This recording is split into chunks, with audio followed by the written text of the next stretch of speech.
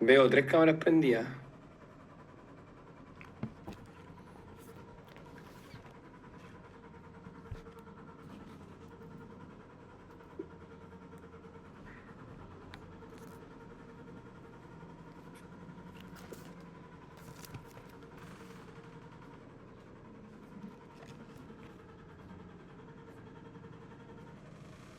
Aún espero. Voy a esperar hasta las 4:20. Si no están las cámaras, me voy a desconectar y no voy a hacer la clase.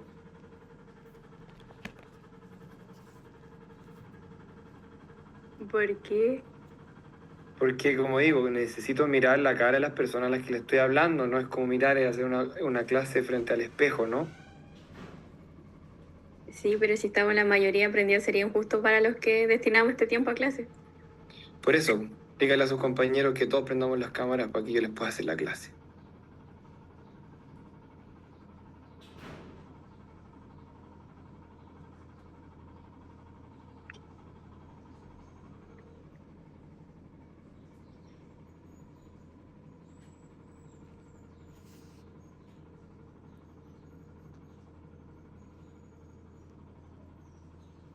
Ya, y ahí sí. Sí, pues mínimo, porque nos podemos ver las caras, si no, en verdad, no sé si lo estoy aburriendo. La idea es que podamos conversar. La idea de la clase es lo mismo, que sea como una conversación. Si van teniendo dudas, me van interrumpiendo. ¿Ya? No sé si nos conocemos todos. Yo creo que algunos han rotado conmigo en el hospital. Yo soy José Miguel Chaguán, soy reumatólogo. Estudié mi pregrado en la Universidad de Valparaíso, en la sede de San Felipe, igual que ustedes.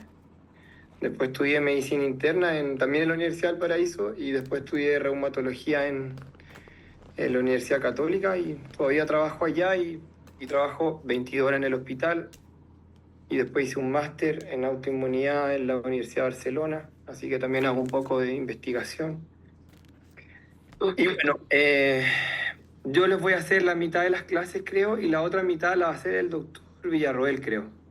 ¿Ya? La primera clase, yo voy a cambiar un poco el orden porque me parece que hablar al tiro como de patología, sin alguna introducción de semiología, es como mucho. Entonces, lo que vamos a hacer es una clase más de semiología reumatológica, semiología articular, e intentemos completar el tema de la clase de artritis reumatoide. Esas van a ser las clases que vamos a ver ahora, si es que el tiempo nos alcanza. Y para alcanzar por el tema del bloque, la clase de fibromialgia se las voy a enviar grabada. Entonces, hay un día que tenemos clase presencial, que creo que es el día 22 en el hospital. Hay dos bloques. El primer bloque va a estar destinado para que la vean antes, la revisen y traigan sus dudas. Y las conversamos en ese día. Y después de eso, así nos va a alcanzar el horario para poder ver todas las clases. ¿Les parece ese sistema? Le quedan con la clase grabada más encima. ¿Ya? Ok. Doc, entonces el 22, ¿a qué hora tienen que estar allá? A la 1:30.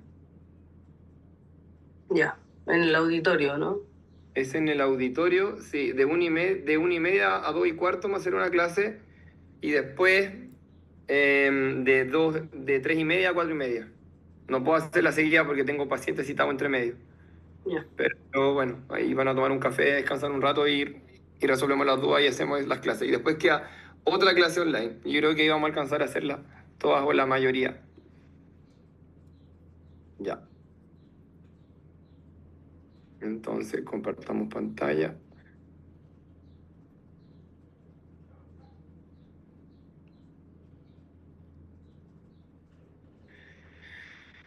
Aquí está, ¿eh? Perdón, no entendí, que ando medio lenta. Entonces, ahora va a ser, ¿cuántas clases? Idealmente dos. Tengo Ah, hasta ya, las dos. 5:30 máximo. Lo que vamos a ver primero es como algo de introducción, porque llegar y hablarles de patología, si no han tenido nada como de semiología y examen físico, no sé si han tenido clases de examen articular o examen reumatológico. ¿Tuvieron una clase así? ¿Sí o no? ¿No? No, profe. Ya, entonces, con más razón. Entonces ya, voy a abrir la diapositiva. Compartir pantalla acá. ¿Se ve mi presentación? Sí, Ya, perfecto. Entonces, porfa, cualquier duda me van interrumpiendo, ¿ya? Ya. Entonces, la reumatología, a grandes rasgos, es una rama de la medicina interna, es decir, es una subespecialidad. Los reumatólogos estudiamos antes medicina interna, los reumatólogos de adultos, los reumatólogos infantiles son pediatras, que estudian y después hacen reumatología infantil, ¿ya? Y nosotros nos encargamos de la prevención, el diagnóstico y el tratamiento de enfermedades musculoesqueléticas y también de enfermedades autoinmunes sistémicas, ¿ya? Y se trata de una de las especialidades que más avances ha tenido en diagnóstico y en tratamiento en los últimos años. No aquí en Chile, pero en Estados Unidos, dentro de los rankings de subespecialidades o de especialidades más solicitadas, está reumatología y tiene que ver con que hemos tenido un boom de tratamientos biológicos, que algo vamos a dar algunos conceptos, y tenemos muy buenos tratamientos para la mayoría de las enfermedades que vemos, ¿ya? Entonces, el objetivo de esta primera clase, que es de semiología, es conocer los elementos importantes de la anamnesis y el examen físico de las articulaciones y que podamos caracterizar el síndrome de dolor articular. Entonces, lo primero lo que yo quiero acá es que cada uno se logre hacer un bosquejo mental o que se ordene cuando se enfrenta a un paciente que consulta por dolor musculoesquelético. ¿Ya? Entonces, el motivo de consulta más frecuente en reumatología, como les digo, es el dolor musculoesquelético, especialmente el dolor articular. Y desde ya, al dolor articular lo podemos clasificar en base a dos cosas. Uno, en el número de articulaciones que duelen o que están inflamadas y en la temporalidad, ¿ya? Entonces, si tenemos una articulación adolorida es una monoartralgia. Si tenemos de 2 a 4 articulaciones adoloridas hablamos de una oligoartralgia o una poliartralgia, que es cuando es más de 4 articulaciones inflamadas. Esto mismo es si hay inflamación, si hay artritis, digamos, una monoartritis 1, oligoartritis 2 a 4 y una poliartritis cuando hay mayor o igual a 5 articulaciones inflamadas. En reumatología utilizamos como corte para hablar de lo agudo o lo crónico en 6 semanas. Y esta distinción, lo vamos a ver más adelante, en cuanto al número de articulaciones que están comprometidas, como en base a la temporalidad, es relevante porque nos ayuda a orientarnos a cuáles son las causas más probables de las patologías. ¿Ya? Entonces, ¿es frecuente? ¿Tienen que saber esto? Y la respuesta es sí.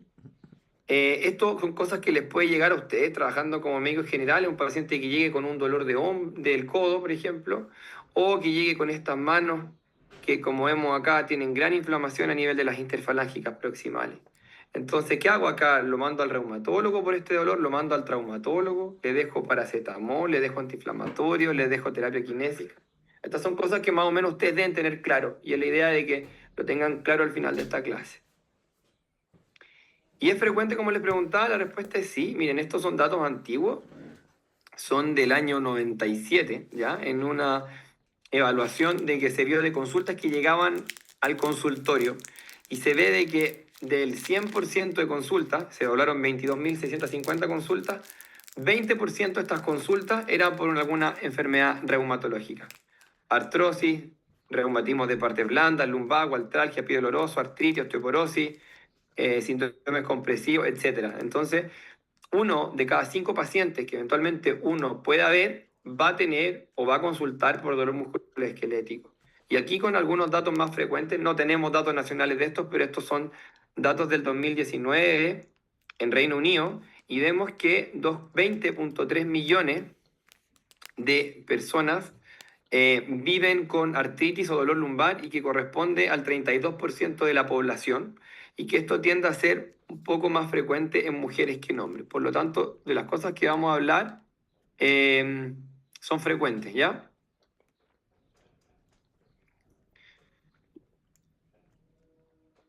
Alguien me escribe en el chat si lo puedo aceptar desde el computador. Está aceptado, ¿no es cierto? Sí, ahora sí, Doc. Muchas gracias. Ya. Entonces, la evaluación de cuando alguien llega por dolor musculoesquelético tiene que ser sistemática, ¿ya? Me refiero a tener un orden. ¿Qué nos va a interesar? Identificar el síntoma principal y caracterizar el dolor articular, buscar síntomas asociados, y una vez que tengamos esto, cuáles son los diagnósticos diferenciales más probables, ¿ya? Entonces, ¿qué nos interesa caracterizar cuando alguien consulta? Es el dolor, si ese dolor se asocia a pérdida de la funcionalidad. Por ejemplo, muchas veces las personas que tienen artritis en las manos, secundario a esto, pierden la motricidad fina o se le cae la taza, no pueden tomar cubierto, etc. Y cuando llegamos tarde, lamentablemente, puede asociarse a deformidad articular, ¿ya? Entonces, lo importante entonces son los síntomas del paciente y en qué contexto lo tenemos. El sitio del dolor, la intensidad, normalmente ocupamos la escala visual análoga, ¿no es cierto?, de 1 a 10, si el dolor tiene irradiación o no, y como les decía, cuánto esto impacta en la vida del paciente, ¿ya? Cuando a alguien le duele, digamos, a nivel de una articulación, el dolor puede ser articular, ¿ya? Ahí eso lo llamamos artralgia, que corresponde a todas las estructuras que están dentro de la cápsula articular, pero también podemos tener dolor que sea de partes blandas, no necesariamente de la articulación, y que esté referida a la zona, y con eso podemos tener dolor entésico. ¿Saben lo que son las entesis? ¿Alguien sabe? Las entesis son el sitio donde se insertan en una superficie ósea los ligamentos o los tendones. Y a veces ese sitio de inserción puede provocar dolor, y le llamamos entesitis. Puede ser secundaria a eso. Pueden doler ligamentos, pueden tener dolor tendíneo, dolor muscular o las estructuras de la furcia. Y el dolor articular y el dolor periarticular semiológicamente tiene diferencias. Podemos, con un buen examen clínico, un buen examen físico, poder diferenciar entre estas dos entidades, ¿ya? Entonces, ¿qué tipo de dolor podemos tener? Y esto es lo primero de la clase, y esto es dentro de cosas importantes a comprender. ¿Han escuchado que el dolor articular lo podemos diferenciar entre dolor inflamatorio o mecánico? ¿Lo habían escuchado antes? ¿No? Ya, esto es relevante porque nos va a orientar un poco a las causas, ¿ya? Entonces, el dolor inflamatorio, que también lo podemos llamar artralgia inflamatoria, y que las patologías que dan este tipo de dolor son las artritis, son dolores que ocurre que empeora en reposo, mejora con la actividad y se asocia a rigidez matinal de más de 1 hora. Donde empeora en reposo, el dolor tiende a ser mayor principalmente en la mañana o muchas veces en la tarde cuando el paciente está quieto, ¿ya? Y ejemplos de esto, por ejemplo, son enfermedades como la artritis reumatoidea o la espondilitis anquilosante. A diferencia de eso, tenemos el dolor articular mecánico, que es al contrario de esto. O sea, si el paciente se queda quieto, el dolor alivia, y al contrario empeora con la actividad. En general no se asocia a rigidez matinal, o cuando tiene rigidez es de pocos minutos. Y la patología clásica que produce el dolor articular mecánico es la artrosis, ¿ya? Entonces ya, solo escuchando al paciente cuando viene con dolor articular, vamos a poder un poco orientarnos a cuál es la probable causa. Lo primero, antes de esto, ¿no es cierto?, llega un paciente con dolor musculoesquelético, es diferenciar si ese paciente tiene un dolor que es de partes blandas o un dolor articular, ¿ya? Y el examen físico nos va a ayudar, y la historia. Si el dolor es de partes blandas, vamos a tener que buscar lo que hemos dicho, entesitis, bursitis, tendinitis, o cuando tiene un dolor generalizado, difuso, no propiamente articular, considerar el diagnóstico de fibromialgia, que tenemos una clase de ese tema, ¿ya? Ahora bien, ya tenemos un compromiso articular, y en particular para los dolores articulares inflamatorios, ¿ya? Para las artritis, importante diferenciar si el dolor es axial o periférico. ¿Y a qué me refiero cuando el dolor es axial? Cuando compromete columna, hombros, sacroiliacas, caderas y las articulaciones costoesternales, manubrio esternal, etc. ¿Ya? Esas son las articulaciones axiales versus el resto, ¿no es cierto?, que son articulaciones periféricas. ¿Y por qué es importante esta distinción? Porque si alguien tiene artritis y le compromete principalmente las articulaciones axiales, ya tenemos un grupo de patologías que son las causas más probables, como por ejemplo las espondiloartritis. En cambio, si el dolor es más bien periférico, la enfermedad clásica es la artritis reumatoidea, que en general no afecta el esqueleto axial. Vamos a ver en detalle las diferencias, pero A eso me refiero de caracterizar el compromiso articular, porque nos va a orientar a la causa. También importante, es una articulación la que está adolorida o inflamada, son 2 a 4, es óligo o es poliarticular. Esta clasificación es principalmente útil para el compromiso periférico. Ya es una, son 2 o son más de 4. Tipos de articulaciones afectadas son grandes articulaciones o pequeñas articulaciones. La distribución son articulaciones, por ejemplo, de la mano. Están afectadas las interfalángicas, están inflamadas las interfalángicas proximales o las distales. El compromiso es simétrico o asimétrico. ¿Qué se refiere con simetría en reumatología? No quiere decir que sea en espejo, no quiere decir, por ejemplo, que me duele y tengo inflamada, por ejemplo, la segunda interfalángica proximal de la mano derecha. No quiere decir que tenga que tener exactamente la segunda interfalángica proximal de la mano izquierda. Lo que se refiere con simetría es que se afecten los mismos grupos articulares. Es decir, si por ejemplo hay inflamación, en las interfalángicas proximales de una mano, que también haya en las interfalángicas proximales de la otra mano. Si son las metacarpofalángicas de una mano, que haya en la otra. No necesariamente en espejo, pero que sí estén afectados los mismos grupos articulares.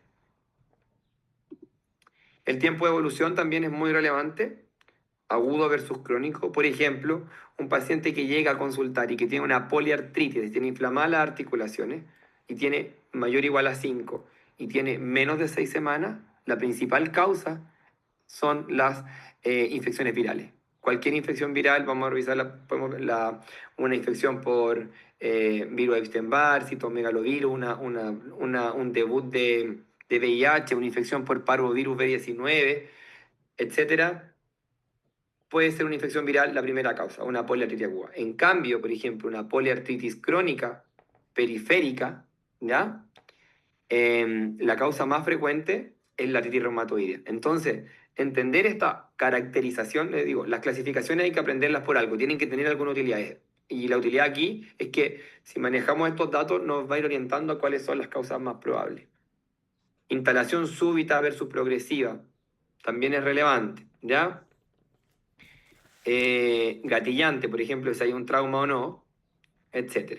Entonces, cuando hablamos de grandes articulaciones nos referimos a la cadera, los hombros, las rodillas, y en general, por ejemplo, el dolor de hombro tiende a ser difuso y tiende a irradiarse al antebrazo. ¿Ya? Generalmente el dolor muchas veces puede ser referido y ser más bien periarticular. ¿Ya? Las grandes articulaciones suelen presentar este dolor irradiado, un ejemplo es el hombro, pero otro ejemplo también es la cadera, por ejemplo. La clásica, ¿han escuchado esto de la cadera llora por la rodilla? ¿Han escuchado ese dicho alguna vez? Es frecuente que los pacientes que tienen coxalgia les duela la región inguinal, ¿ya? Y el dolor se irradia hacia la rodilla. Y donde es un dolor en general, cuando hay, por ejemplo, artrosis, un dolor mecánico, duele con la marcha. El dolor en la cara lateral de la pierna en general nunca en la cadera, ¿ya? Los dolores en la cadera no duelen en ese sector.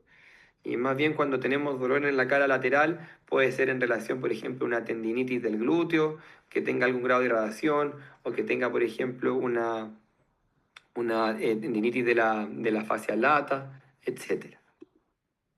El tiempo de instalación.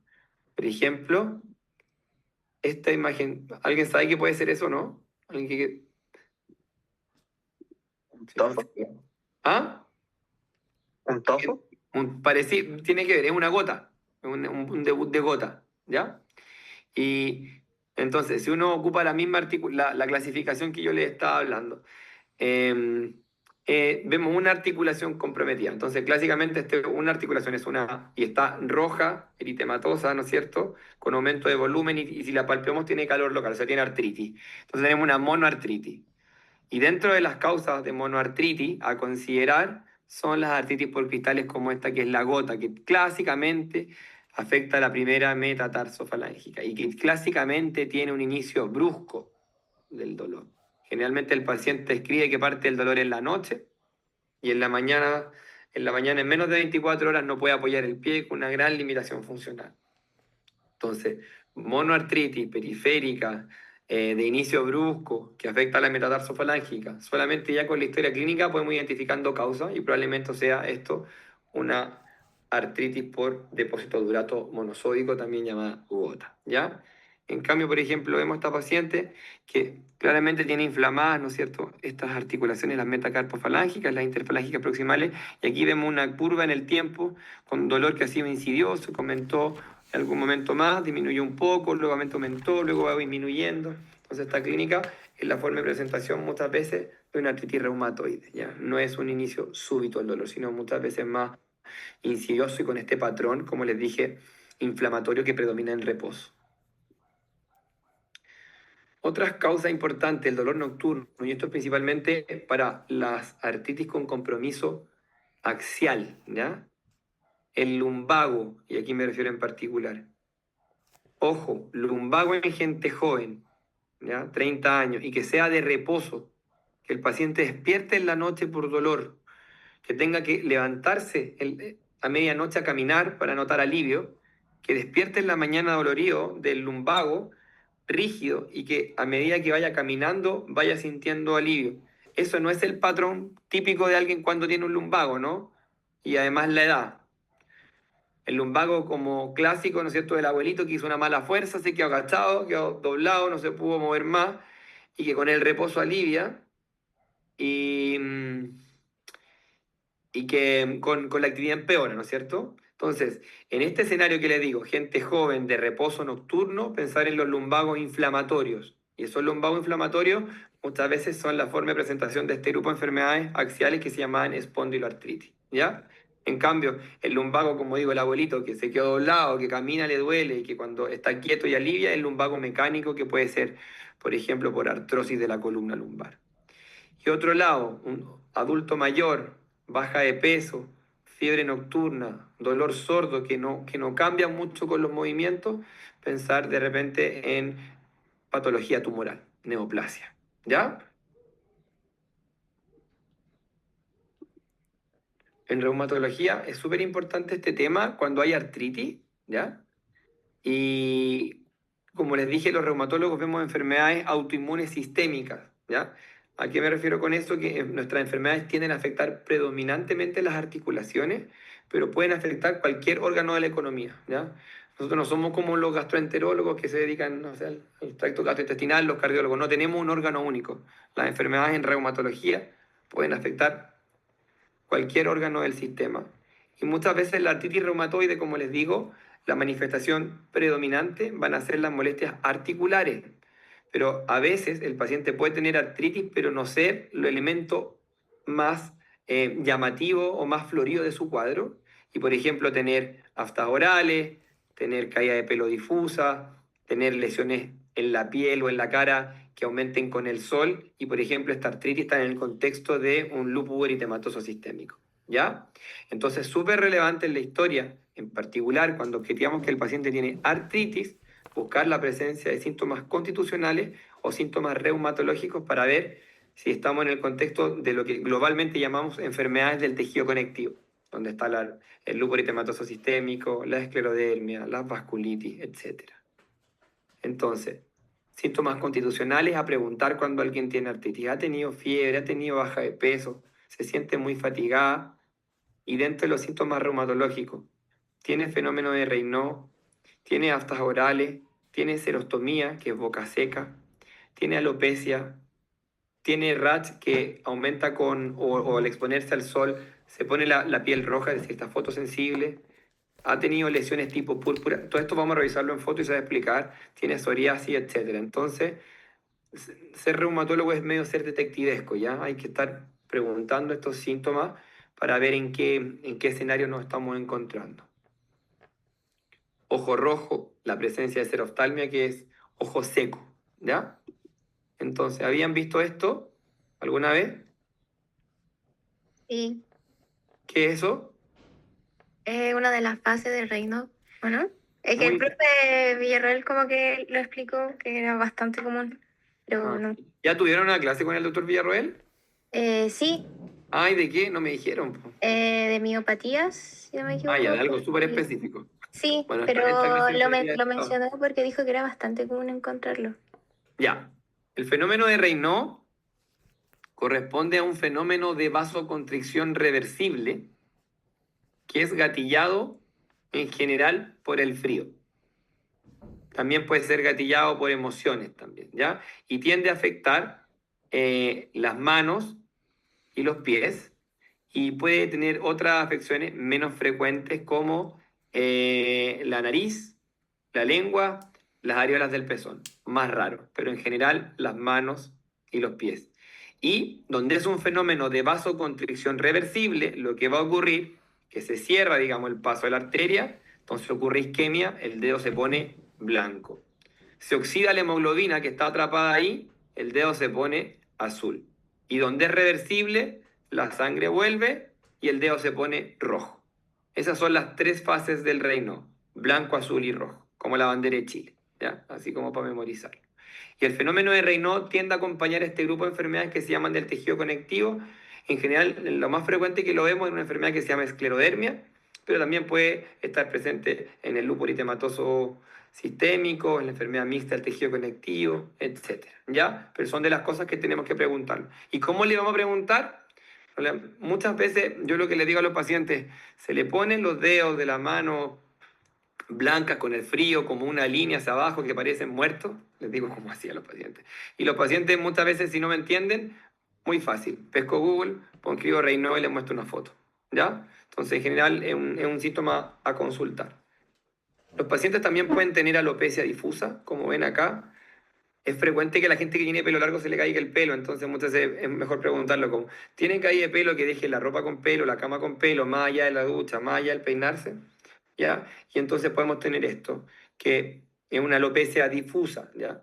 Ahora bien, el lupus también puede producir lesiones de la piel que generen cicatriz, y eso genera alopecia cicatricial, como ocurre aquí arriba, que es el lupus discoide, ¿ya?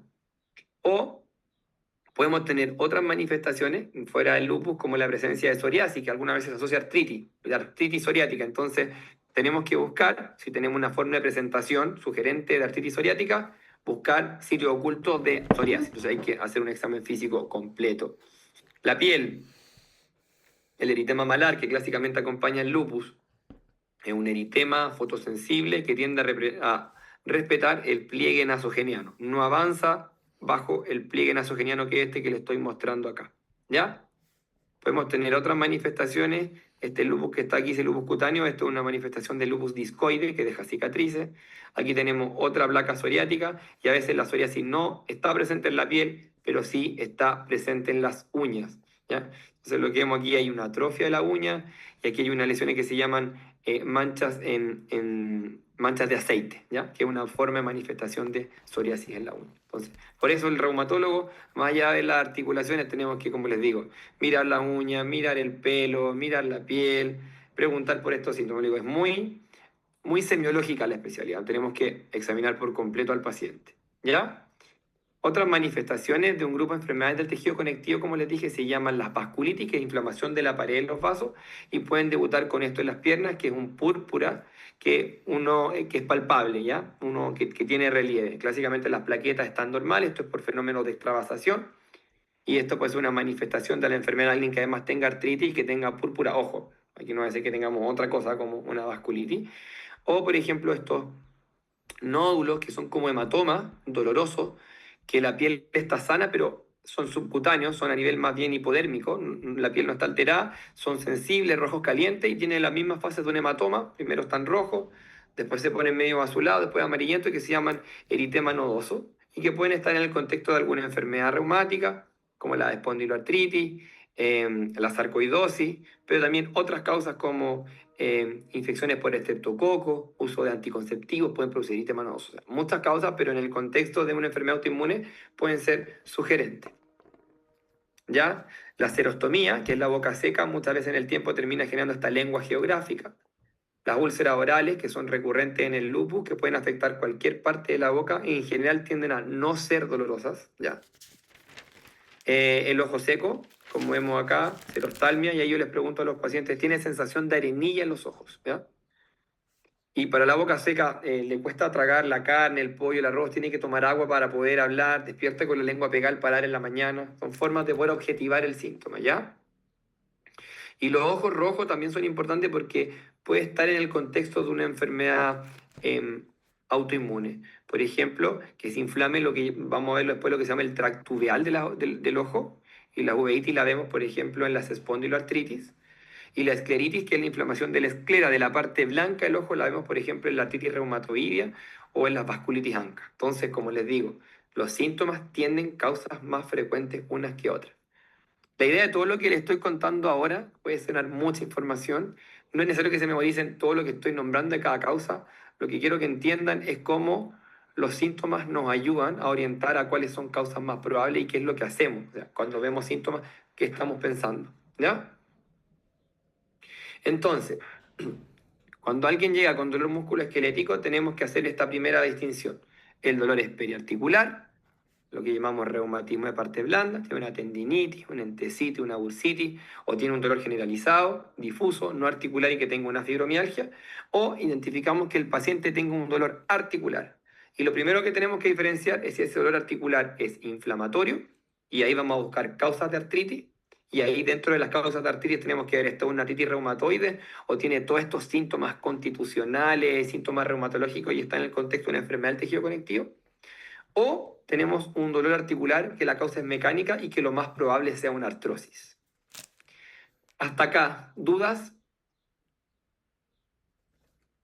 Sigamos entonces. Entonces, acá tenemos una señora, que pongamos tiene 60 años, y viene a consultar porque tiene dolor en las manos, es un dolor mecánico que aumenta con la actividad, que se con el reposo. Refiere en la mañana que despierta con las manos un poco rígidas, que dura pocos minutos y que a medida que va pasando el día mejora. ¿Qué es eso entonces? Un dolor articular, inflamatorio o mecánico. ¿Inflamatorio? ¿Cómo? ¿Mecánico? Mecánico, acuérdate. Aumenta con la actividad, cede con el reposo. Y la rigidez matinal es de corta duración. Eso es mecánico. El inflamatorio duele más de reposo, de predominio en la mañana. La rigidez matinal es de más de 30 minutos y alivia con la actividad. Ese es el inflamatorio. Esa es la primera clave. ¿Ya? Entonces esto es un dolor mecánico. Y miramos estas manos y esta es la típica mano de una persona que tiene artrosis. ¿Ya? Entonces, ¿qué vemos? Se ve ahí que tiene ensanchada la interfalángica distal, ¿o no? ¿Lo logran ver? ¿Sí? Ya. Eso tiene un nombre. ¿Alguien sabe cómo se llama? ¿Todos los de Hebert? Los nódulos de Hebert, ¿ya? Y aquí no se notan tanto, pero aquí hay algunos que se llaman nódulos de Bouchard. La artrosis primaria de mano afecta de regla las interfalángicas distales, las interfalángicas proximales y algunas veces afecta la primera carpo metacarpiana, que es la que está acá y que tiene un nombre propio y se llama risartrosis. La artrosis primaria de mano nunca va a afectar las metacarpofalángicas, ¿ya? Entonces, la distribución topográfica también me ayuda a ver cuál es la causa más probable. En cambio, la artritis reumatoide, que es un dolor inflamatorio, en la mano va a afectar las metacarpofalángicas, que son las que no están afectadas en la artrosis, ¿no es cierto? Puede afectar la muñeca y las interfalángicas proximales, pero va a respetar las interfalángicas distales, no las afecta. Entonces, como les digo, el examen físico también nos va a ayudar viendo la distribución para ver cuál es la causa más probable, el tipo del dolor, la distribución, etc. ¿Ya? Y aquí lo mismo, vemos unas rodillas engrosadas en un paciente que también dolor mecánico y que tenga una artrosis de rodilla. ¿Ya? Entonces, le hablé entonces de que según la distribución son las causas más probables. Las monoartritis en general van a ser agudas, menos de 6 semanas, y dentro de las causas importantes a considerar y aprender, digamos, podrían ser 3. 1, la artritis séptica. 2, las artritis por cristales. Y 3, los traumatismos. ¿Ya? Lo importante en una monoartritis aguda que llega con calor local e inflamación, lo que tenemos que hacer siempre es descartar artritis séptica, porque la artritis séptica tiene morbimortalidad asociada, ¿ya? Y puede dejar gran deterioro y daño articular. Por lo tanto, la única forma de poder confirmar que es una artritis séptica es hacer una punción articular, una artrocentesis, y estudiar ese líquido articular. Ver el recuento de glóbulos blancos que tiene, realizar un GRAM, a ver si hay bacterias y un cultivo. ¿Ya? Entonces, Profe, ¿cómo? profe, una consulta. ¿En la artritis séptica se presenta una fiebre sistémica o en la articulación? ¿Cómo? ¿En la artritis séptica la fiebre afecta a todo el cuerpo o solo a la articulación? Va a haber calor local, va a haber limitación funcional. Muchas veces el paciente ya con la rodilla, por ejemplo, en semiflexión fija por dolor, va a haber eritema y calor local, ¿ya? Y aumento de volumen. Puede tener fiebre, puede tener fiebre, puede no tener fiebre, puede no tener fiebre, ¿ya? Bien, gracias. Ya, pero es importante ahí el concepto de que monoartritis es sinónimo de artrocentesis, porque tenemos que descartar la artritis séptica, porque eso es de las pocas emergencias que hay en reumatología, ¿ya? Y la artritis por cristales, tenemos la gota y la artritis por pirofosfato de calcio, que también un poco la clínica nos va a dar, pero también podemos buscar los cristales en el líquido articular cuando lo puncionemos, ¿ya? Y la otra causa, la tercera, es que haya un trauma, por ejemplo, ¿ya? De las oligoartritis son un grupo de enfermedades que se llaman espondiloartritis o espondiloartropatía, y tenemos una clase dedicada a eso. Y clásicamente, a grandes rasgos, ¿qué hacen las oligoartritis? Afectan, ¿no es cierto?, de 2 a 4 articulaciones. Se acompañan de lumbago inflamatorio, como les dije. Tienden a predominar en las extremidades inferiores del compromiso periférico y tienden a ser asimétricas. Entonces, le digo, la comprensión de caracterizar la artritis nos ayuda un poco a diferenciar. Entonces, lumbago inflamatorio con oligoartritis de predominio de extremidades inferiores asimétrico nos ayuda a pensar en que probablemente la enfermedad está en este grupo que se llama espondiloartropatía. Y las poliartritis, como está anotado acá, la primera causa en una poliartritis aguda, como les dije, son las infecciones virales. Infección por hepatitis B, B y C, como les dije, VIH, parvovirus, incluso asociada a vectores, la chikungunya, el dengue, pueden dar artritis ya, etc. Pero si tenemos ya más bien una poliartritis crónica, con una enfermedad que es predominantemente articular, va a ser la artritis reumatoide. Pero si tenemos una poliartritis crónica en un contexto de una enfermedad sistémica que tiene todos estos síntomas que revisamos previamente, puede estar en el contexto de una enfermedad del tejido conectivo como el lupus eritematoso sistémico. ¿Ya? Esto es lo que les decía aquí recién. Las monoartritis, podemos tener una artritis séptica, que es una infección bacteriana aguda, eritema, dolor, fiebre, es una urgencia médica, eso es sinónimo de artrocentesis. Otra causa de monoartritis es la presencia de artritis por cristales, como la gota o la enfermedad por pirofosfato de calcio. Por ejemplo, clásicamente si llega el dedo gordo inflamado, puede ser una gota, tiene un nombre propio incluso cuando es del dedo gordo del pie, se llama podagra, ¿ya? Y esta vamos a tener crisis de repetición de monoartritis recurrente si es que el paciente no hace caso a las indicaciones, ¿ya? Dentro de la poliartritis, como le dije, lo más frecuente es la artritis reumatoidea, es una poliartritis crónica, es decir, poliartritis mayor o igual a 5, crónica, más de 6 semanas, simétrica, afecta iguales grupos articulares. ¿Y cuáles afecta principalmente? Manos, muñecas, rodillas y pies, ¿ya? Esos son los lugares más frecuentes afectados. En las manos, como les dije, interfalangicas proximales, metacarpofalángicas, muñecas. En los pies, metatarsofalángica, y también la frecuencia con cierto grado de afección, las rodillas, perdón. Eso. Al examen físico, entonces, hay que confirmar los hallazgos de la historia clínica, examen físico general y de cada región, y en este orden, ¿no es cierto? Mirar primero, inspección en reposo, luego en movimiento, palpamos en reposo y en movimiento, y evaluamos la movilidad activa y la movilidad pasiva. Después les recomiendo que en YouTube pongan esto, GALS, examen físico, y lo revisen, y este es el examen general de screening que se recomienda, lo pueden buscar en YouTube, el video está, ¿ya?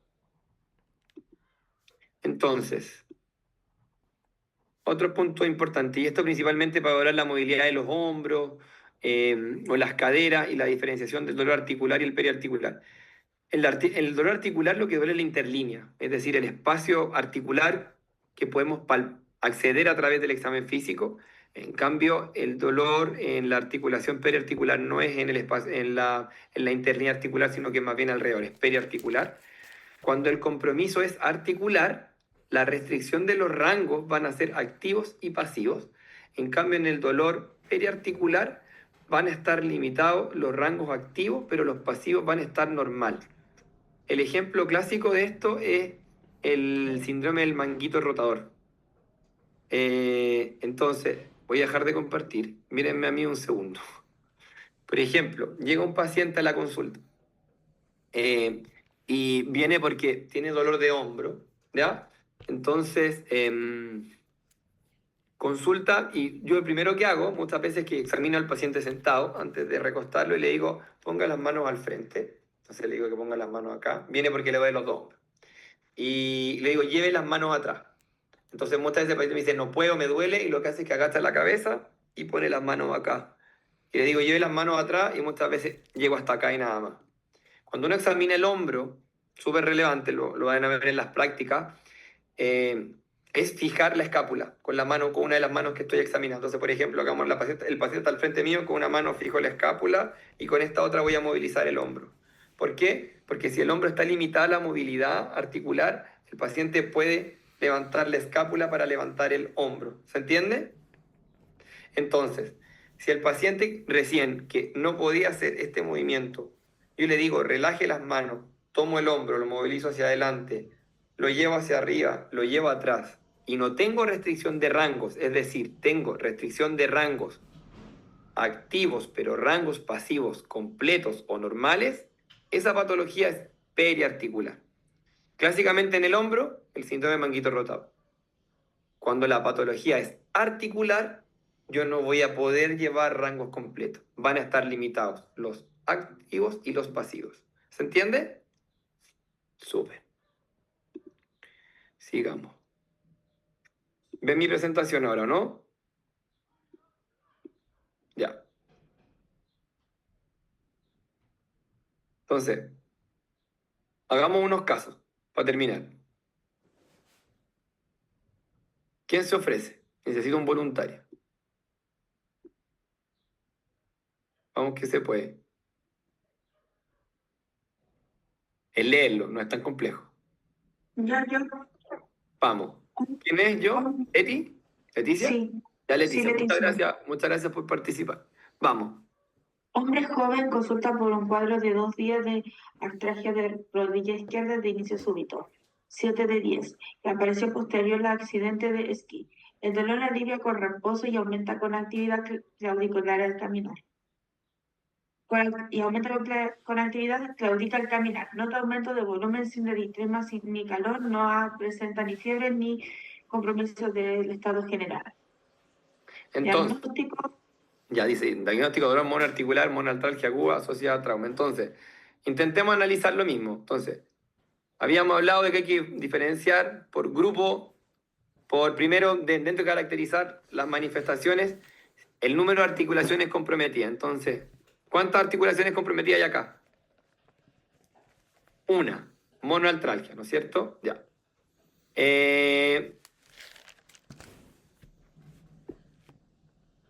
Lo otro, ya. No tiene aumento de volumen, no tiene eritema, no tiene calor, no hay elementos de artritis, ¿no es cierto? Entonces, no hay una monoartritis, hay una monoartralgia. Ya. Y posteriormente, ¿el dolor que aparece acá es mecánico o es inflamatorio? Mecánico. Mecánico. ¿Y cuáles son las tres principales causas de monoartralgia, monoartritis que tenemos que considerar?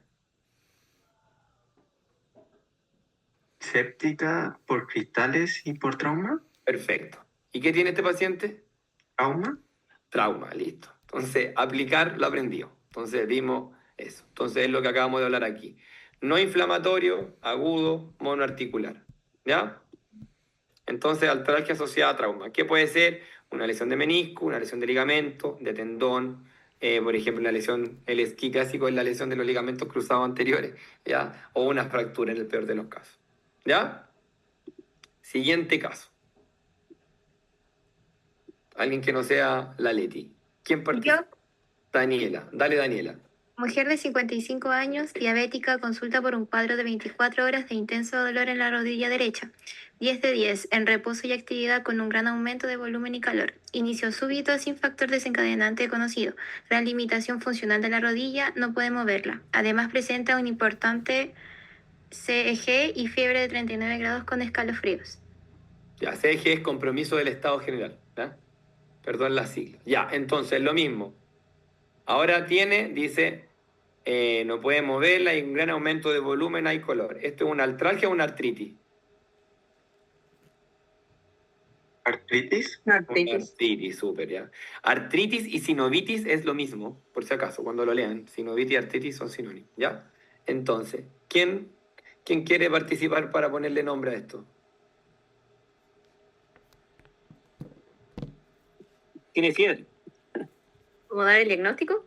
¿Quién dijo fiebre? ¿Quién dijo tiene fiebre? Jorge. ¿Dónde está Jorge? Jorge, dale Jorge. Entonces, clasifiquemos el dolor. Séptica, yo creo. Pero no, pues, hagamos un poquito el ensayo, pues no lleguemos al diagnóstico final al tiro. Quiero que aprendan a ser sistemáticos en pensar. Entonces, es una monoartritis, ¿no es cierto? Sí. Ya. ¿El dolor es mecánico o inflamatorio? Inflamatorio. Es inflamatorio, ya. Y de las causas inflamatorias de las tres, ¿cuáles son inflamatorias? Las de las tres causas de monoartritis, hayamos visto. Y conteste 8 también. Por cristales. La gota y la séptica. Y la séptica, ¿no es cierto? Ya, y aquí en este contexto, diabética, con fiebre, ¿qué es lo más probable? Séptica. Una séptica, ¿no es cierto? ¿Y qué hay que hacer?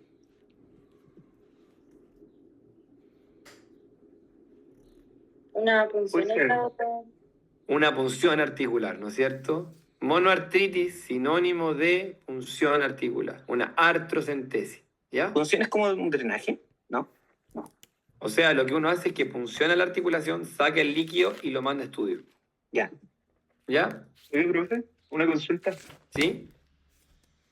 ¿Acá no se puede ocupar el tratamiento empírico con antibióticos? No. Ya. Dos razones. Primera razón, tienes que identificar el patógeno. Puede ser un estáfilo que requiera cloxa, puede ser un estrepto, puede ser una usuaria de salud que tenga una pseudomona resistente. Entonces, por eso uno tiene que primero confirmar. El diagnóstico aquí tiene que ser microbiológico, tienes que identificar segundo, te va a permitir ver la susceptibilidad al antibiótico. Y tercero, estos pacientes muchas veces requieren aseo quirúrgico, porque tienes que desfocar la infección. ¿Ya? Esto no lo dije a grandes rasgos porque era más complicarlo un poco más, pero existe una clasificación, si quieren búsquenla después, del líquido articular. El normal, el mecánico, el inflamatorio, el hematológico y el séptico. ¿Ya? Si yo hago una punción de líquido articular y mi recuento de glóbulos blancos es mayor a 50.000, eso es prácticamente sinónimo de una artritis séptica. Son pocas las líquidos articulares que te pueden dar más de 50.000 con más de 90% de polimorfo nuclear. ¿Ya? Entonces, eso ya me va a orientar a una causa séptica y lo otro, ver el gramo. Si hay bacterias, ¿no es cierto? Obviamente el cultivo. Pero esto nunca hacer antibiótico empírico sin funcionar la articulación. Porque después si el paciente incluso anda mal, no vamos a saber qué hicimos. ¿Ya? Súper. ¿Profe? ¿Sí? Una consulta, ¿cómo se puede ir? No entendí cómo diferenciar la séptica con la gota. Ya, buena pregunta también. No lo he explicado, pero ahondamos un poquito más. La gota o la artritis por pirofosfato de calcio, que son, digamos, las dos artritis por cristales que ustedes tienen que conocer, va a dar un líquido articular inflamatorio. ¿Ya? El líquido articular inflamatorio, el recuento de glóbulos blancos en general no es tan alto. En general, dependiendo de donde uno lo lea, en general es como entre 5.000 y 25.000 de glóbulos blancos. ¿Ya? Lo primero. Segundo, no va a haber bacterias. El GRAM no va a haber ninguna bacteria. ¿Ya? Y además de eso, uno puede en el microscopio tomar ese líquido, poner un poquito, una gotita en una placa Petri y uno puede mirar los cristales. en la artritis por cristales. Uno lo puede ver en el microscopio, ¿ya? Con un microscopio especial, sí, que se llama microscopio de luz polarizada, ¿ya? Y en la gota se ven unos cristales como alargados, aguzados, ¿ya? Entonces uno los puede mirar.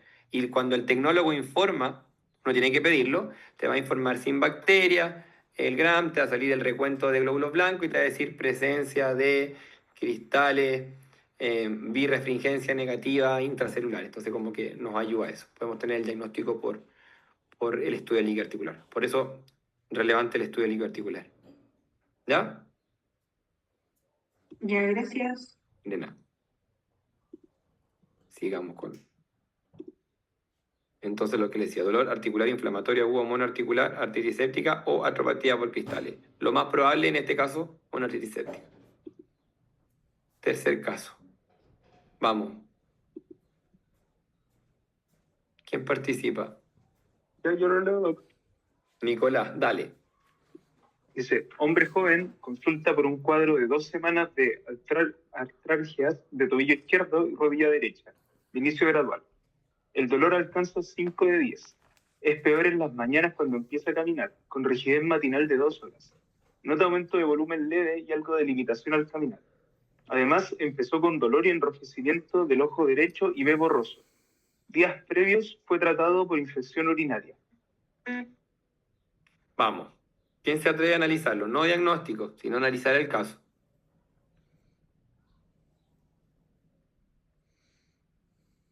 ¿Yo puedo intentarlo? Vamos, Matías. Entonces, vamos leyéndolo de al comienzo y vamos viendo. Entonces, dale. Primero es como oligoarticular porque afecta a 2 articulaciones. Bien, ya. Espérate, y Es antes de eso, dice 2 semanas. Entonces, aguda. ya, entonces tenemos una... Si no hay inflamación, oligoartralgia, oligoartritis aguda, ¿no es cierto? Ujú. Ya.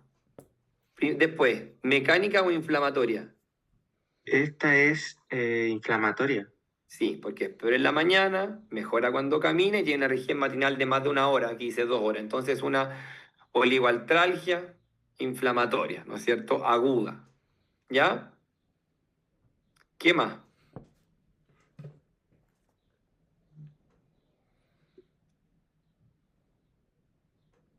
Ya, pues no sé, ¿Cómo? no se me ocurre qué más. ¿Alguien que se le ocurra algo más que pueda solo leer? uveitis? Pero hablemos del compromiso articular. Sí, puede tener un uveitis. Hagamos que lo examiné yo y tiene un uveitis. Ya, tiene un uveitis. ¿Y qué más? Quizá destacar igual que es joven. Joven, bien, también. Otra característica más. Falta una. ¿Tuvo una infección urinaria antes? ¿Ya? También importante. ¿Es asimétrica tal vez? Bien, eso. Es asimétrica. Es un tobillo de un lado y es la rodilla de otro. Entonces, y si hagamos que lo examinamos y el tobillo está hinchado, se tiene artritis, tiene una oligoartritis asimétrica, inflamatoria, ¿no es cierto? Una oligoartritis aguda ¿y qué más? Y algo más. ¿En qué segmento del cuerpo está predominando?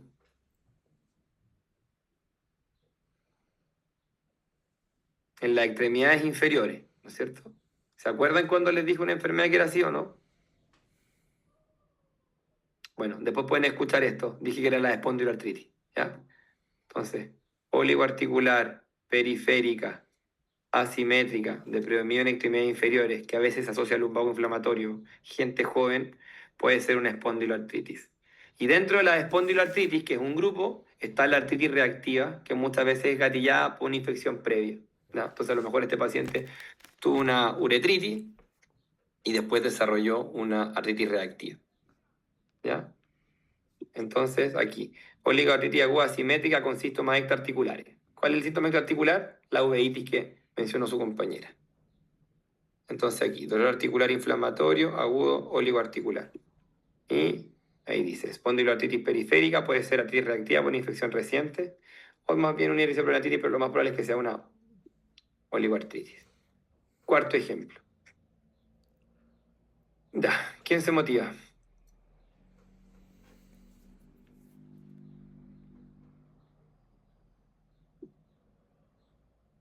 Ya yo la puedo. Dale, Emilia, dale, Emilia. Ya. Ejemplo 4. Mujer joven consulta por un cuadro de 6 meses de poliartralgia de grandes y pequeñas articulaciones simétricas de inicio gradual. El dolor alcanza 10 de 10. No cede con reposo, la despierta en la noche y limita para todas las actividades básicas, vestirse, peinarse.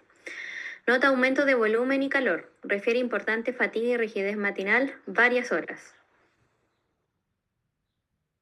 Ya, entonces analicémoslo. ¿Quién lo analiza? ¿Misma Emilia o alguien más?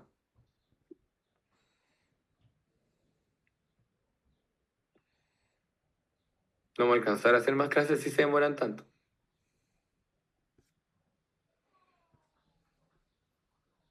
Es una mujer joven, ¿Ya? tiene un cuadro crónico porque es más de 6 semanas, ahí dice que ¿Ya? son 6 meses. ¿Ya? Tiene inflamación de las grandes y de las pequeñas articulaciones, son simétricas. ¿Ya? También ¿cómo se dice? Esto sería inflamatorio porque no se da al reposo y despierta en la noche y es limitante. ¿Ya? Y si te fijáis en la imagen, están encerradas las articulaciones que al examinarla la encontramos inflamadas. ¿Ya? Tiene inflamadas articulaciones de las manos, de los codos y de los pies. ¿Ya? ¿Es un compromiso axial o es periférico? Axial. ¿Axial? Ay, no, periférico. Periférico, Está, ¿no es cierto? Ya, sí, está. es periférico y es articular inflamatorio, ¿no es cierto? Entonces tiene una poliartritis, ¿o no? ¿Y es crónica o es aguda? Crónica.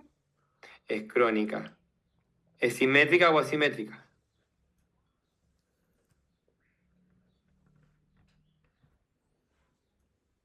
Yo diría que es simétrica Yo también, porque, estamos de acuerdo, es simétrica.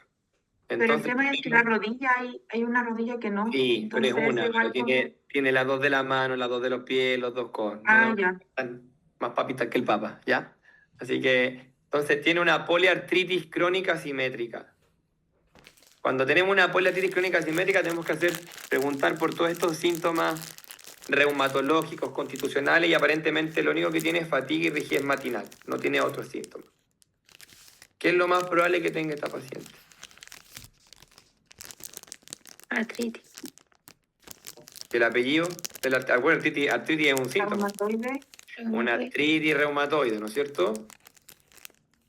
Entonces acá tenemos artritis reumatoide. Poliarticular crónico periférico. Puede tener otras como un lupus, otra enfermedad del tejido conectivo. Eventualmente sí, pero no es la primera posibilidad porque no hay elementos floridos de compromiso sistémico en su cuadro. ¿Se entiende? Súper. Entonces ahí tenemos una artritis reumatoide. Entonces, mensaje final, la clave está en la anamnesis, agotar el síntoma. El examen físico musculoesquelético ayuda a confirmar o descartar. Y la práctica sea el maestro. ¿En qué sentido? Ahí tienen que examinar muchos pacientes para poder ver esto. No es tan fácil la identificación de las artritis. Eso. ¿Dudas, preguntas?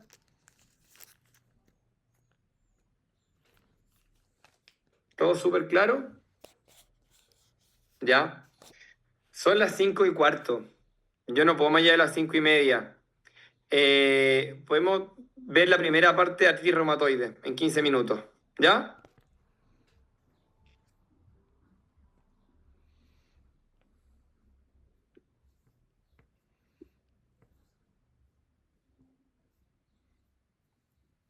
¿Se ve la presentación?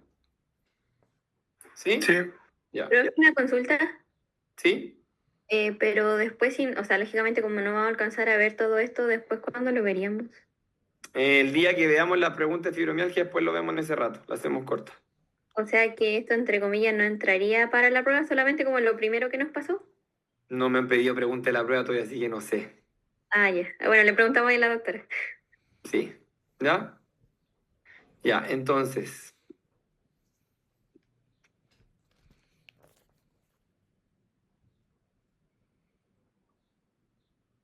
La artritis reumatoide es yo diría que es una de las patologías más frecuentes que vemos, una enfermedad sistémica, inflamatoria crónica de naturaleza autoinmune y que afecta predominantemente las articulaciones. Lo que quiero decir es que no es lo único que puede ocurrir. En general, la mayoría de las veces lo que es una enfermedad articular, pero es una enfermedad sistémica. ¿Ya? Entonces puede tener manifestaciones extraarticulares y que se caracteriza también por la producción de autoanticuerpos, principalmente dos, el factor reumatoide y el anti-CCP. Si es insuficientemente tratada, puede llevar a esto, en una mano muy secuelada, ¿no es cierto?, con una gran deformidad articular, pero si el paciente llega temprano y la tratamos, esto es 100% evitable, ¿ya? Es una enfermedad heterogénea, tanto en la presentación clínica como en los mecanismos patogénicos. Incluso la dividimos en aquella en que podemos identificar los anticuerpos en sangre, que la llamamos artritis reumatoide seropositiva, como aquella que no tiene los marcadores, que se llama artritis reumatoide seronegativa. Lo más frecuente es que sea seropositiva, más o menos en un 90% de los casos, ¿ya? Es una enfermedad, como les digo, que si no la tratamos puede producir esta deformidad articular y por lo tanto ser potencialmente discapacitante. Y si no logramos tratarla y controlar la inflamación crónica, puede determinar reducción de la expectativa de vida. La principal causa de muerte en los pacientes que tienen artritis reumatoide es la enfermedad cardiovascular, cardiopatía coronaria, accidentes cerebrovasculares. Y eso tiene que ver que cuando la inflamación crónica produce aterosclerosis acelerada, ¿ya? Entonces, es relevante el control de la enfermedad. Es una enfermedad que tiene altos costos personales, familiares, sociales, a nivel de políticas públicas, y la mayoría de los costos, más o menos el 2/3, está determinado por gastos indirectos a la enfermedad, y con eso me refiero a licencias médicas prolongadas, incapacidad laboral, más que costos directos por el gasto de la enfermedad, digamos por el tema de muchas veces de la determinación de invalidez, de pensiones por invalidez, por ejemplo. Por lo tanto, la terapia adecuada y oportuna es importante porque previene o enlentece el daño. Y es una enfermedad frecuente. Aquí, por ejemplo, en esta imagen ven pacientes que tienen lupus, esclerosis múltiple, diabetes tipo 1, Crohn, psoriasis, artritis reumatoide, y vemos cómo de todas ellas lo más probable, por lo que ustedes se van a encontrar alguna vez en alguna de sus rotaciones, es con pacientes dentro de la enfermedad autoinmune, es pacientes que tengan artritis reumatoide. ¿Ya? Hemos tenido muchos avances en los últimos 20 años. Tenemos nuevos conocimientos genéticos y patogénicos, actualizamos nuevos criterios de clasificación, se han desarrollado nuevas estrategias de tratamiento y se han aprobado un montón de tratamientos nuevos. Y eso ha determinado de que hoy en día la remisión, que es cuando la enfermedad logramos controlarla, es un objetivo alcanzable. Y yo diría que más o menos uno logra este estado en el 90% de los pacientes. Sin embargo, un 10% de ellos aún tienen enfermedades que no logramos controlar y no logramos alcanzar este estado de remisión, que es cuando la enfermedad no avanza. Por lo tanto, aún faltan cosas por hacer.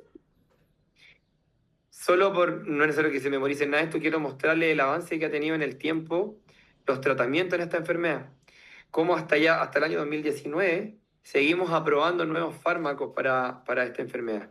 Desde que se descubrieron los corticoides en 1950, a los tratamientos que se llaman fármacos antirreumáticos convencionales, el metotrexato, la sulfasalacina, la levodopa, para después el desarrollo de lo que se llaman las terapias biológicas con anticuerpos monoclonales, hasta tratamientos más nuevos con unos fármacos que se llaman inhibidores YAG. Es decir, como ven acá, tenemos una gran cantidad de arsenal terapéutico para poder tratar esta enfermedad.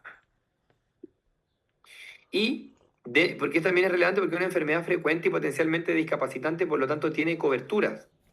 Y tiene dentro de esto una patología GES, ¿ya? Está dentro de las garantías explícitas de salud y eso asegura el tratamiento a los pacientes. Y si los pacientes no logran controlarse con fármacos antirreumáticos convencionales, a pesar de haber ocupado 3 fármacos, podemos acceder a estas terapias más nobles, que son las terapias biológicas o los inhibidores de moléculas pequeñas, a través de una ley que se llama la ley Ricarte-Soto. Por lo tanto, gran parte, yo diría que en verdad, creo que están, de todo lo que nombré atrás, en la primera aquí, todo esto lo tenemos disponible prácticamente para ocupar en los pacientes, ¿ya? Eso. Es una enfermedad que tiene una prevalencia de entre un 0,5 a 1,8%, en base a la última encuesta nacional de salud, que fue hecha en Chile el 2016-2017, sabemos que la prevalencia en Chile es de un 0,6%, ¿ya? Entonces, espérenme, quiero hacer el cálculo. Si consideramos, no sé, 18 millones de habitantes, alrededor de 108.000 personas que tienen artritis reumatoide en Chile, ¿no? Y más o menos, a grandes rasgos en Chile, somos como 250 reumatólogos, somos pocos. Entonces, más o menos, si sacamos ese valor, un reumatólogo tendría que haber y atender a 432 personas solo con artritis reumatoide.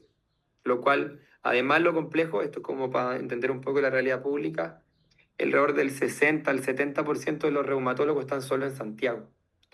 Entonces, la mayoría, esto determina que las listas de espera son altas para esta enfermedad y que también determina de que una de las razones que yo creo de esta clase es que yo creo que como médicos generales deben saber tratar artritis reumatoide. Si uno mira el EUNACOM, dice, no sé, competencia como diagnóstico, derivación. Ahí no estoy de acuerdo. Yo creo que la terapia inicial, por ejemplo, si ustedes están de general de zona en Chiloé y el paciente no va a tener acceso, deben saber al menos el tratamiento inicial. Porque como vemos, ¿no es cierto?, los reumatólogos somos pocos para cubrir una enfermedad tan frecuente. Es más frecuente en mujeres, una relación 3:1, y como les dije, tiene un alto costo económico, tanto directo e indirecto, y como les dije, principalmente en base a costos indirectos. Y como les dije, es una poliartritis mayor o igual a 5, crónica, más de 6 semanas, simétrica, que afecta a pequeñas y grandes articulaciones, y lo que más afecta son las muñecas y los pies. En las manos, las manos y los pies. Y dentro de las manos, las muñecas, las metacarpofalángicas y las interfalángicas proximales. Y se va a caracterizar por una rigidez matinal de más de 30 minutos y mucho más categórico cuando es más de 1 hora. ¿Cómo van a estar acá las interfalángicas distales? ¿Afectadas o no? ¿Se acordaban? Por ahí Rayén mueve la cara y dice no, ¿no es cierto? No están afectadas. Muy bien, ¿no es cierto? En la artrosis afectada la interfalángica distal y la artritis reumatoide la respeta. Entonces es una pista en nuestro examen físico. Y cuando a mí me hicieron clase de artritis reumatoide me mostraban estas fotos y me decían, estas son las manifestaciones articulares, las manos en ráfaga, los dedos en cuello de cisne, los dedos en botonier, los dedos, los ortejos en garra, pero lo que sabemos es que nosotros no queremos diagnosticar la enfermedad ahí, porque cuando diagnosticamos la enfermedad en ese momento llegamos tarde, porque ya está la secuela, ya está la deformidad articular, ya está la discapacidad funcional de ese paciente. Hoy no puedo ver la cámara, entonces siento que no. Espérense un segundo.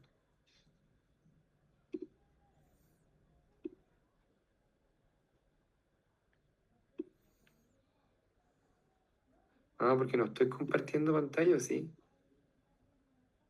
No sé. Sí, está compartiendo. Bueno, ahora salía que no, pero bueno. Ya, entonces, eso es lo que no queremos, idealmente diagnosticarlo así.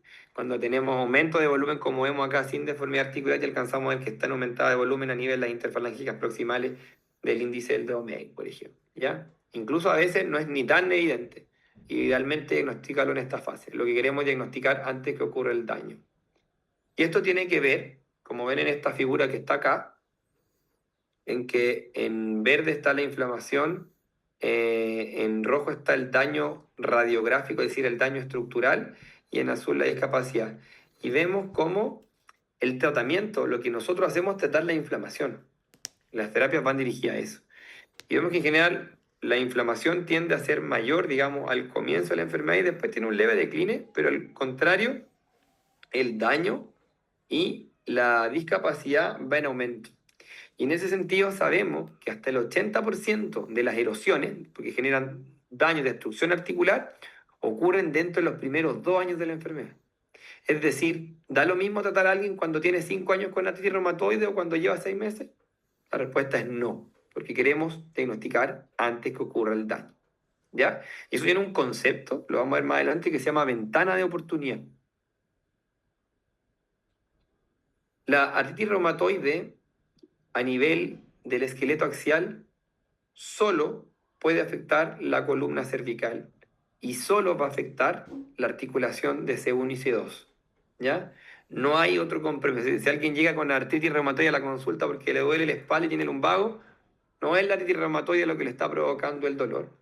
Y en general el compromiso cervical es infrecuente, ¿ya? Tiende a ocurrir en gente que tiene enfermedad durante mucho tiempo, una enfermedad secuelar que no logramos controlar. Y lo que ocurre es que ocurre sinovitis de la articulación atlantoaxoidea, es decir, de C1 y C2. ¿Qué cuidado hay que tener con esto? Que muchas veces esa inflamación puede producir ruptura del ligamento transverso o puede producir erosiones del odontoide y eso romper el ligamento transverso y eso determinar que ocurre una subluxación atlantoaxoidea. Esa subluxación puede determinar, ¿no es cierto?, el riesgo de generar compresión cervical y poder, en el peor de los casos y más dramático, una tetraparesia. Entonces, en general, si alguien tiene una cervicalgia muy persistente, AR larga data, deberíamos buscarlo. Y para buscarlo uno tiene que pedir una radiografía de columna cervical AP y lateral dinámica, es decir, fija y en flexo extensión para ver cómo está el espacio el espacio a evaluar, que es entre el arco anterior de C1 y el odontoide. Se hace una medición, filo. ¿Ya? Pero ¿qué cuidado hacer en personas que tienen artritis reumatoide de larga data, secuelada, y que se van a operar, por ejemplo, y que requieren anestesia general o que tienen que ir al dentista y pueden hacer una hiperextensión de cuello? Hay que siempre solicitar radiografía y descartar esto por el riesgo del compromiso. Diana tiene una pregunta. Sí, no quiero interrumpirlo, pero es que interrúmpame, por favor. Yo prefiero que sea más como conversación. Era decirle que a las 5:30 tenemos otra clase. Eso. Ah, ya. Por si acaso. Lo vamos a tener que dejar hasta acá, po. Un segundo. A ver. Mira, me quedan como 2 diapos de clínica y dejamos fisiopato para la otra clase. ¿Ya? Ya, perfecto. Entonces, otra manifestación pueden ser los nódulos reumatoideos. Estas son las manifestaciones extraarticulares más frecuentes. Tienden a presentarse en la superficie extensora, principalmente en los codos. También pueden estar en las interfalángicas proximales y ocurren en el 20% de los pacientes. Pueden tener manifestaciones más inusuales y estar presentes incluso a nivel pulmonar, como vemos aquí en la imagen. Y es un criterio de mal pronóstico, ¿ya? De una enfermedad más grave. Esto es infrecuente, pero yo diría que lo que hoy en día tiene más relevancia dentro de las manifestaciones extraarticulares es la enfermedad pulmonar intersticial difusa, la EPID, ¿ya? Los pacientes pueden desarrollar fibrosis pulmonar y clínicamente significativa, me refiero a producir deterioro de pruebas de función pulmonar y síntomas. Esto ocurre más o menos en un 10% de los casos. Y es importante pesquisar esto porque con el tratamiento de la enfermedad podemos también detener el avance de la enfermedad pulmonar intersticial. Las enfermedades pulmonares intersticiales difusas tienen varios patrones tomográficos al escáner y dentro existe un patrón que se llama UIP. El patrón UIP es el clásico patrón de la fibrosis pulmonar idiopática, pero también es el clásico patrón de la artritis reumatoide cuando produce compromiso pulmonar. Como les dije, a nivel del ojo, pueden ocurrir manifestaciones como lo que vemos acá, que esto es una escleritis, ¿ya? Es una inflamación de la esclera, la cual, si no la tratamos adecuadamente, puede adelgazar la esclera y empezar a aparecer bajo esta la coroide. Y, como vemos acá, esto que se llama escleromalacia, que es que se adelgazó la esclera, ¿ya? Manifestaciones más raras, pero que también pueden ocurrir, por ejemplo, en la presencia de vasculitis, y que tiende a ser una vasculitis de mediano y pequeño vaso, y, por ejemplo, producir esto que es una necrosis digitálica, ¿ya? Todas estas manifestaciones actualmente son infrecuentes porque el tratamiento en general, si lo damos a tiempo, logra el control de la enfermedad, y al tener el control en general las manifestaciones extraarticulares no aparecen. Ya, llegamos a fisiopato, hasta ahí. ¿Dudas en base a esto hasta ahí? ¿No? ¿Muy chino mandarín la clase o no tanto? ¿No? Perfecto. Más o menos, Emilia dice que estuvo un poco complejo.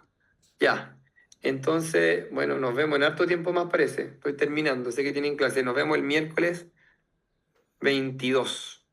¿Ya? Voy a ver, ¿ustedes tienen disponibilidad los viernes a esta hora para otras clases? Digo porque a lo mejor no va a alcanzar, pensando en que no terminamos ni artritis reumatoide. Háblenlo con la doctora y me avisan. Yo puedo el viernes a las 4. Bien, ya lo voy a hablar con ella porque hoy día nos va a mandar el cronograma actualizado, entonces ahí vamos a saber bien el horario. Perfecto. Me avisan entonces. ¿Ya? O con ella. O con Adri, que está ahí. Ya. Dale. Nos vemos. Que estén bien. Chao, chao. Chao, cuídense. Chao.